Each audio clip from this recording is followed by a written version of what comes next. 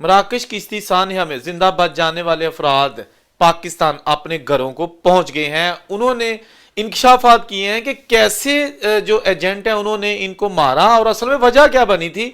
असल हकीकत उन्होंने बयान की है। अभी हम उनकी आपको गुफ्तगू सुनाते हैं, उसके बाद फिर हम अपना तज्जिया पेश करेंगे। कालिया ने 5 दिन बेड़ा चलाई रखिया, बाद च उन्होंने बेड़ा बंद कर छड़िया। पानी जड़ा डीजल डूजल पेट्रोल वो समुद्र दे विच सुੱਟ छड़िया। बाद च पाकिस्तानियां भरावां विच मन्नू सारिਆਂ ਨੂੰ कालिया ने मारिया। सही है, चंगा मारिया, थोड़ियां नाल रस्सियां नाल सोटियां नाल।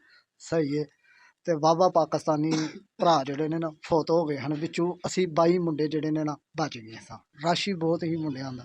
ਤੇ ਦੂਸਰੇ ਖਾਨੇ 'ਚ ਜਾ ਕੇ ਛੁਪ ਗਿਆ। ਉਹਨਾਂ ਹੋਰ ਪਾਕਿਸਤਾਨੀਆਂ ਨੂੰ ਫੜ ਕੇ ਫਿਰ ਮਾਰਿਆ। ਠੀਕ ਹੈ, ਫਿਰ ਸਾਨੂੰ ਮਰਾਕੋ ਸ਼ਿਪ ਵਾਲਿਆਂ ਨੇ ਫੜ ਲਿਆ ਸੀ। ਫੜ ਕੇ ਆਪਣੇ ਉਹ ਕੈਂਪ 'ਚ ਲੈ ਗਏ ਹਨ। ਉਹਨਾਂ ਨੇ ਸਾਨੂੰ ਬਚਾ ਲਿਆ। ਉਹਨਾਂ ਕੋਲ ਜਿਹੜੇ ਮੋਬਾਇਲ ਸਾਡੇ ਪਾਕਿਸਤਾਨੀਆਂ ਭਰਾਵਾਂ ਦੇ ਹਨ ਉਹ ਖੋਤੇ ਪੁਲਿਸ ਵਾਲਿਆਂ ਨੇ, ਉਹਨਾਂ ਨੇ ਜਿਨ੍ਹਾਂ ਦੇ ਮੋਬਾਇਲ ਹੈ ਹਨ ਉਹਨਾਂ ਨੂੰ ਦਿੱਤੇ ਹਨ। ਬਾਕੀ ਉਹਨਾਂ ਨੇ ਕੋਲ ਰੱਖੇ ਹਨ ਮੋਬਾਇਲ। ਜਿਹੜੇ ਫੌਤ ਹੋ ਗਏ ਹਨ ਉਹਨਾਂ ਦੇ ਮੋਬਾਇਲ ਕਾਲਿਆਂ ਕੋਲ ਹੀ ਹਨ। ਸਹੀ ਹੈ ਨਾ, ਸਹੀ ਹੈ। 35-40 ਲੱਖ 'ਚ ਗੱਲ ਹੋਈ ਸੀ। ਠੀਕ ਹੈ ਨਾ। ਤੇ ਬਾਈਅਰ ਦੀ ਗੱਲ ਹੋਈ ਸੀ। ਉਹ ਏਜੰਟ ਅੱਗੋਂ ਜਾ ਕੇ ਡਰਾਮੇ ਕਰਨ ਲੱਗ ਪਿਆ। ਕਦੀ ਮੈਨੂੰ ਸ਼ਿਪ ਦੀ ਗੇਮ ਕਰਵਾਉਂਦਾ ਪਿਆ, ਕਦੀ ਬੇੜੇ ਦੀ ਕਰਵਾਉਂਦਾ ਪਿਆ। ਅੱਕ ਕੇ ਉਹਨੇ ਛੋਟੇ ਬੇੜੇ ਦੀ गेम करवाई है। तो यह मामलात होए सारे। तो ये जनाब एक नौजवान है जो रिसेंटली पहुंचे हैं मराकश से पाकिस्तान, और एफआईए ने पहले इनको हिरासत में लिया, इनसे इंफॉर्मेशन ली। उसके मुताबिक एफआईए अपनी कार्रवाई कर रही है, जो एजेंट है उनको गिरफ्तार कर रही है। लेकिन इनका कहना था कि हमसे कहा गया था कि आपको स्पेन तक ही बाई एयर पहुंचाया जाएगा, जब 35-40 लाख रुपए में डील हुई थी। एजेंट ने बिल्कुल नहीं कहा था कि 1 सेकंड के लिए भी आपको किश्ती में बिठाया जाएगा।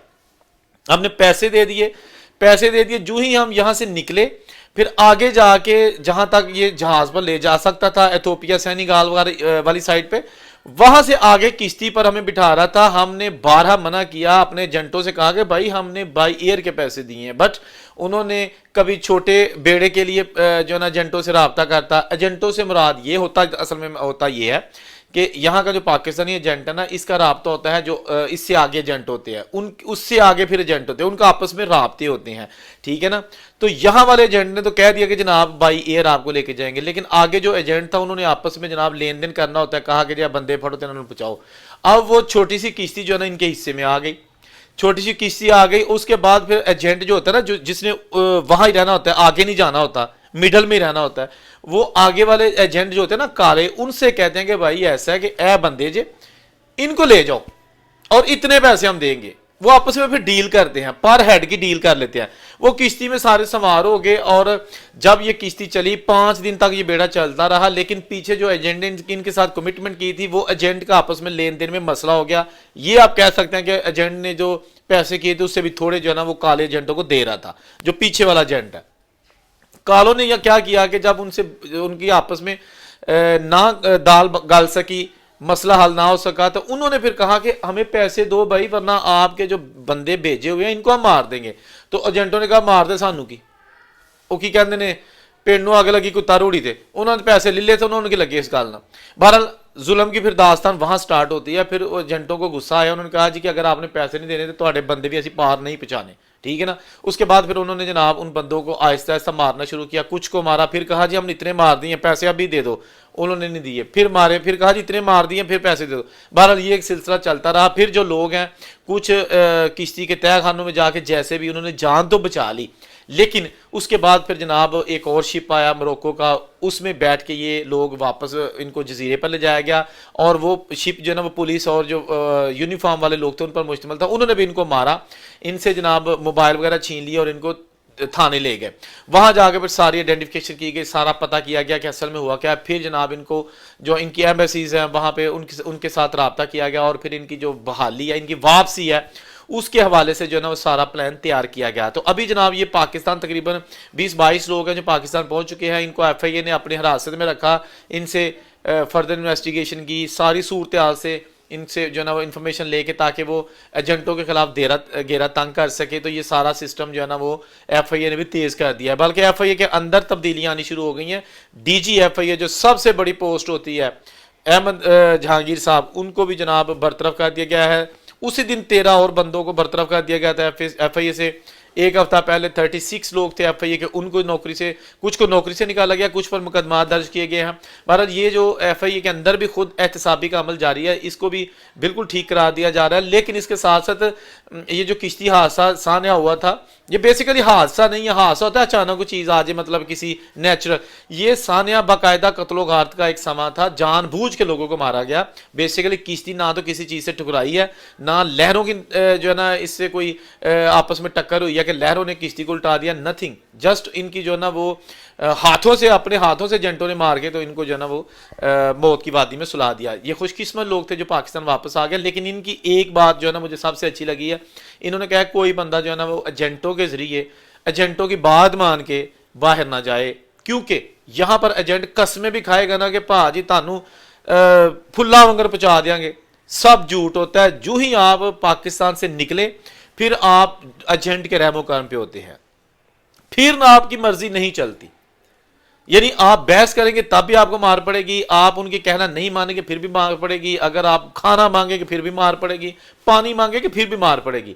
ठीक है ना, बाई एयर तो दूर की बात, आपके जो बेसिक हकूक हैं वो भी आपको नहीं दिए जाएंगे। इसीलिए कहते हैं ना कि एजेंट माफिया जो है ना, इनका दिमाग किसी वक्त भी घूम सकता है और ये आपको या तो बिल्कुल वहां पर जनाब क्या कहते हैं दुनिया में जो जन्नत, यूरोपियन कंट्रीज, वहां पे पहुंचा देंगे, या फिर आपको जनाब रास्ते में ही मार देंगे या मरवा देंगे या कुछ भी कर देंगे। ऐसा भी होता रहा है कि बाज़ औक़ात जब एजेंट किश्ती में बिठा के लोगों को लेके जाते होते हैं, रास्ते में जो है ना वो पुलिस आ जाती है या हमला हो जाता है, तो वो ये किश्ती को उल्टा देते हैं ताकि कोई जिंदा पकड़ा ही ना जाए, बंदा हमारा नाम ही ना खुले।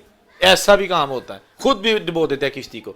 तो ये जनाब अभी रिसेंटली जो वाक़या हुआ है, इस पर एयरपोर्ट्स पर भी सख्तियां शुरू कर दी गई हैं। जैसा कि मैंने अपनी पहली वीडियोस में भी बताया था, एयरपोर्ट्स जो पाकिस्तान के एयरपोर्ट्स है, वहां पर जो लोग बाहर के मुल्कों में जाते हैं, खुसूसन हाफजाबाद, मंडी बहाउद्दीन, गुजरात, सियालकोट, शेखुपुरा, गुजरांवाला, टोबा टेक सिंह, इस तरह के जो अजला है ना, वहाँ से इवन जेलम वगैरह और मीरपुर, इन अजला से लोग अगर बाहर के मुल्कों में जा रहे हैं, खा दुबई जा रहे हैं, मलेशिया, थाईलैंड या इवन के आज़रबाईजान वगैरह कहीं भी जा रहे हैं, तो उनकी सख्त निगरानी का हुक्म दिया गया है एफआईए की जानिब से। और ख़ास तौर पर उन लोगों की सख्त चेकिंग की जाए जो या तो पहली बार जा रहे हैं विजिट वीज़े पे, या फिर वो उनकी एज जो है ना, उम्र जो है ना वो 15 से 40 साल के दरमियान है। तो उनकी हर सूरत चेकिंग की जाए, उनसे पूछा जाए वीज़ा कहाँ से लिया, या जो भी एफआईए का अपना तरीकाकार है, ये उनकी अब अथॉरिटी में शामिल हो चुका है। इसीलिए अब बहुत सारे लोगों को ऑफलोड भी कर दिया जाता है, हालांकि उनके पास वीज़ा अथेंटिक होता है, लेकिन उनको ऑफलोड इसलिए किया जाता है कि उन्हें पता ही नहीं होता कि जिस मुल्क में हम जा रहे हैं वहाँ करने क्या जा रहे हैं, करेंगे क्या। भाई उनको तो यही बताया गया ना कि आपने यहाँ से दुबई जाना है, दुबई से आपको जनाब अल्बानिया के लिए भिजवाया जाएगा, लेकिन रास्ते में आपको एथोपिया, सेनेगाल वगैरह में जो है ना वो आपका स्टे करवाए जाएंगे। तो ये तो नाम भी नहीं आते, ये जो बेचारे अनपढ़ तबका जाता है, मोस्टली अनपढ़ है ना बेचारे जो डंकी लगा के जाते हैं, इन्हें तो मुल्कों के नाम भी सही नहीं आते होंगे ना वहाँ पे। तो एफआईए जनाब इनको वापस भिजवा रही है, और एजेंट माफिया इस पर जो है ना काफ़ी परेशान है, बल्कि अंडरग्राउंड हो चुका है आजकल, क्योंकि उन्हें पता है कि रोजी रोटी जड़ी है ना वो सख्त हो गई है। पहले आपको पता है कि जो ज़मीनी रास्ता था, मतलब है यहाँ से पंजाब से कराची, कराची से फिर जनाब कोयटा, कोयटा से ईरान, तेहरान, उसके बाद तुर्की, तुर्की से फिर जनाब ग्रीस वगैरह यानी कि यूनान, जहाँ भी आपने जाना, उसके बाद फिर फ्रांस, इटली, जर्मनी, बेल्जियम वगैरह।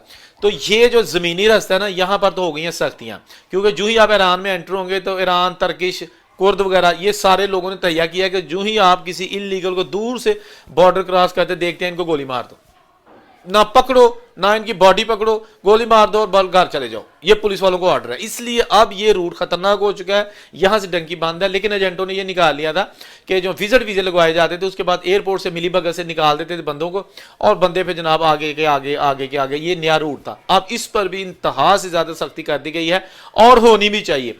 सख्तियां होंगी तो ये जो लोगों की जमा पूंजी लूटी जाती है दोनों हाथों से। एजेंट जो है ना वो सब्ज बाग दिखाते हैं कि जी 15 दिन में बंदा पहुंच जाएगा, 10 दिन में पहुंच जाएगा, ये हो जाएगा, वो हो जाएगा, सब झूठ का बलंदा। और लोग जो है ना इसमें जो है ना वो जुल्म की चक्की में पिसते जा रहे हैं। लेकिन एक चीज मैं आपको बता दूं, ये अभी भी जो है ना वो काम बंद नहीं होगा, क्योंकि ना तो जाने वाले आराम से बैठेंगे और ना ही जाने वालों को लूटने वाले यानी एजेंट वो आराम से बैठेंगे। एक पकड़ा गया दूजा उठ पेगा, दूजा पकड़ेगा तीसरा उठ पेगा। ए जनाब सिलसिला नहीं रुकना, क्योंकि बुराई को खत्म होने में टाइम लगता है। अब देखते हैं कि जो हुकूमत इस वक्त कमर कस के जो है ना इनके पीछे पड़ी हुई है एजेंट माफिया के, वो कितनी कामयाब होती है। और जो लोग वहाँ पर अभी रास्ते में है, अल्लाह ताला उनकी हिफाजत फरमाए और जहाँ भी जाएं कम से कम ज़िंदगी उनकी बच जाए। हम तो उनके लिए बेस्ट विशेज़ ही दे सकते हैं, दुआ ही कर सकते हैं, जहाँ रहें खुश रहें। और उनसे कुछ इजाज़त दीजिए, अल्लाह हाफिज़।